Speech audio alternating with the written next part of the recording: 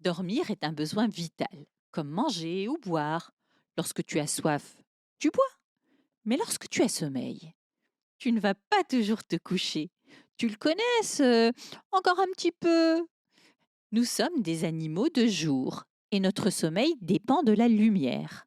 Cela signifie que notre corps est programmé pour être au repos la nuit et actif la journée. Si tu as entre 6 et 13 ans, les médecins recommandent de 11 à 9 heures de sommeil par nuit pour rester en bonne santé et être en forme la journée. Il y a deux types de sommeil importants durant la nuit. Le premier, c'est le sommeil profond et lent qui va permettre à ton corps de récupérer et de se réparer. Par exemple, après des activités physiques ou une compétition sportive. C'est durant ce sommeil que la peau produit de nouvelles cellules, que le corps évacue ses déchets. Il devient plus fort et te permet de lutter contre certaines maladies. C'est pendant ce sommeil que tu consolides ta mémoire, que tu gardes en mémoire ce que tu as appris ou ce que tu vis dans la journée. Mais c'est aussi pendant ce sommeil que tu grandis. Durant le sommeil lent, ton corps produit des hormones de croissance. Un enfant avec un mauvais sommeil grandit moins bien. Ensuite, il y a le sommeil paradoxal. Durant cette période, tu as les yeux fermés, mais ils bougent rapidement sous tes paupières. C'est un moment où tu rêves beaucoup. Ton cerveau est très actif, quasiment autant que quand tu es éveillé. On sait que le sommeil paradoxal favorise la créativité. C'est ce qui va te permettre le lendemain d'inventer un nouveau jeu, une histoire, de fabriquer une maquette. Enfouie dans ton cerveau, il y a une minuscule zone qu'on peut appeler horloge biologique, qui est un véritable chef d'orchestre et coordonne les différents rythmes du corps et notamment celui du sommeil. Alors bien sûr, on n'est pas tous pareils.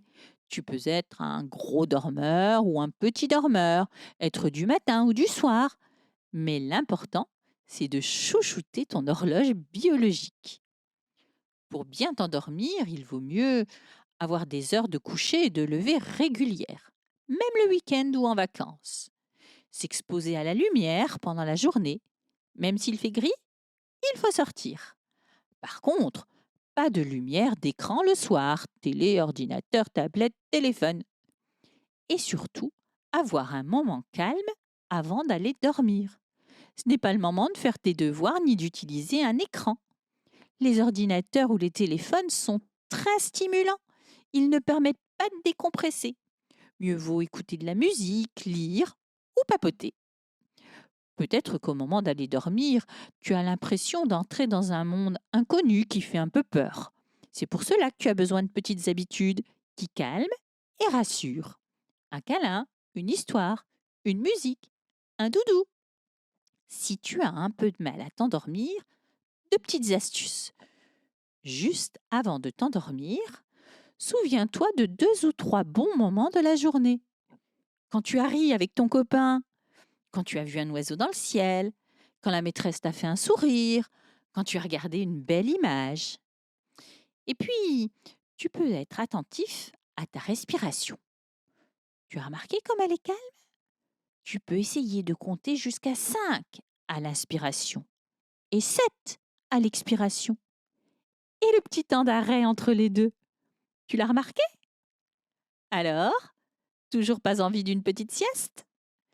Cette chronique a été inspirée par Le sommeil expliqué aux enfants aux éditions Milan et le réseau Morphée.